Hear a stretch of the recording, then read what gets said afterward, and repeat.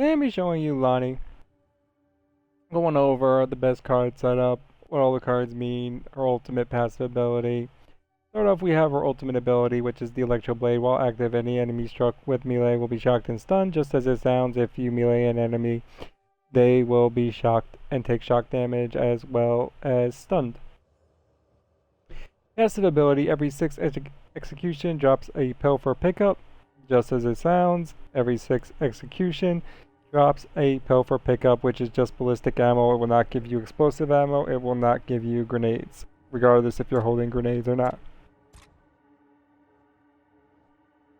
So we start off here. Now these are in order, but this is because I have these selected. We have the ambush, eliminations from behind, kills or assist from behind, recharge Electro Blade ability for 20 seconds, or recharge Electro Blade ability.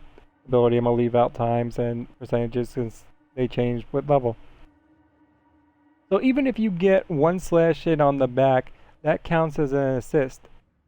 So that is actually really nice for getting her ultimate quicker and having the ability to use it more times, especially as if you're highly aggressive with the melee with her, and going in with Emil a lot. If Emil is one of the other characters, that is a very good card. Then we have Thrill of the Hunt, another one if you're running with an Emil or a Mac that's steady putting in active bleed damage. Otherwise the card is pointless because it only increases healing next to bleeding enemies. So this is really when Emil is with you. If you're tag teaming enemies with Emil, this is a really good card. Increased melee damage, really nice card, increases your melee damage. This is for all the wall bouncers out there.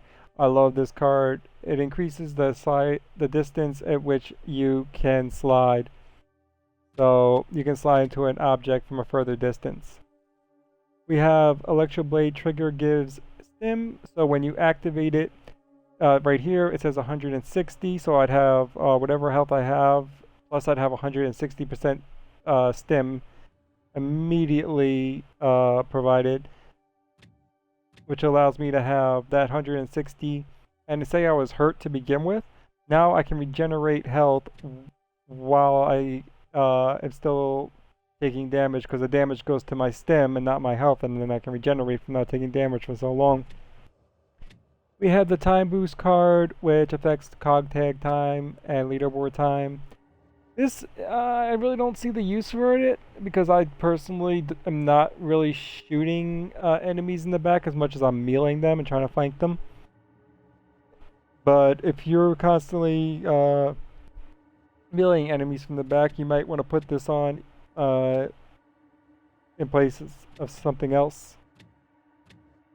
Up to you.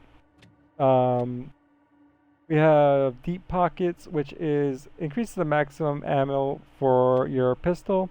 It says all pistols, but let's face it, she has the Talon. It's the Talon. This reduces mid-range ballistic damage, which is actually definitely a good starter card or potential 5th, because it helps you get within range of melee. We have the Electro Blade affects 3 nearby enemies, which has good range. They don't have to be right next to each other. So if you have 3 enemies and it goes up, it'll be 2, 3, 4, 5. So if you have they're in close proximity, a couple of feet from each other, try it out and you'll see, or you'll see somebody else use it. It can be pretty nice. It's actually, this 2-card combo can be really powerful together, or this in itself, or this in itself.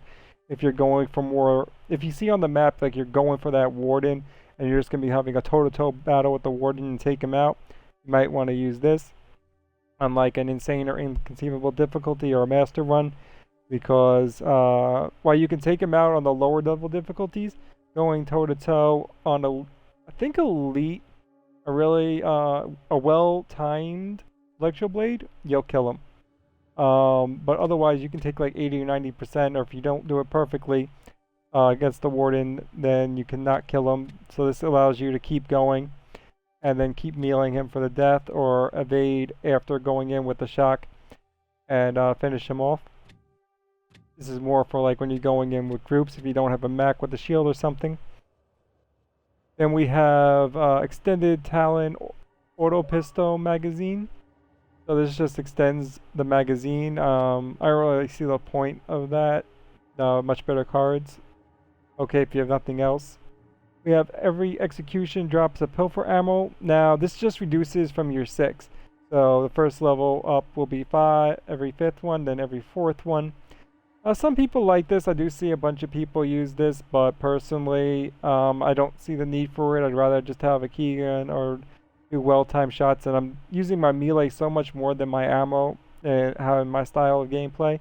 But if you're more a shooter with Lahni, then you might want to go with that and the ballistic damage from the back.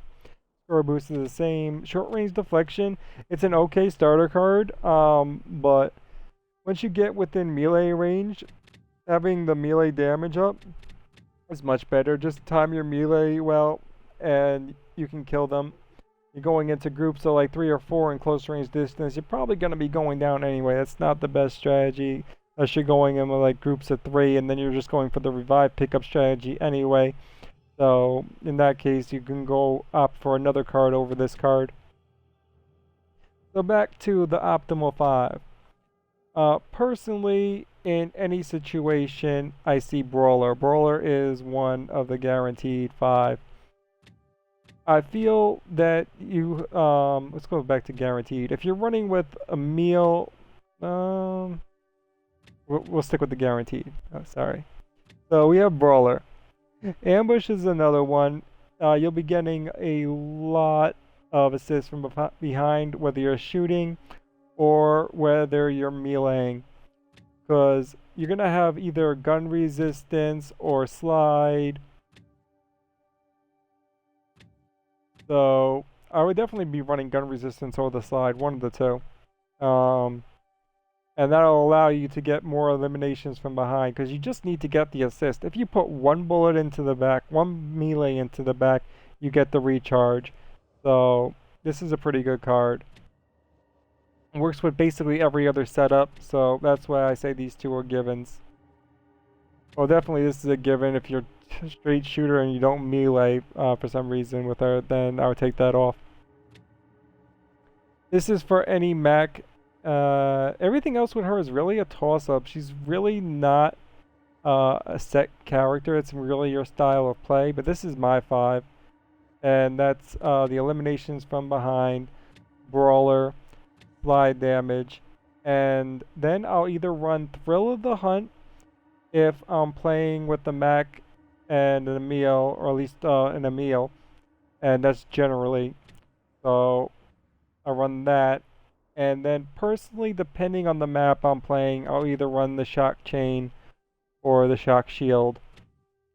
And if for some odd reason I'm not playing with an Emil mech and we're not going for like a melee pickup strategy, then I'll just put on the Shock Shield and the Shock Chain and have a very powerful ultimate. And that is Lahni. I hope that helps.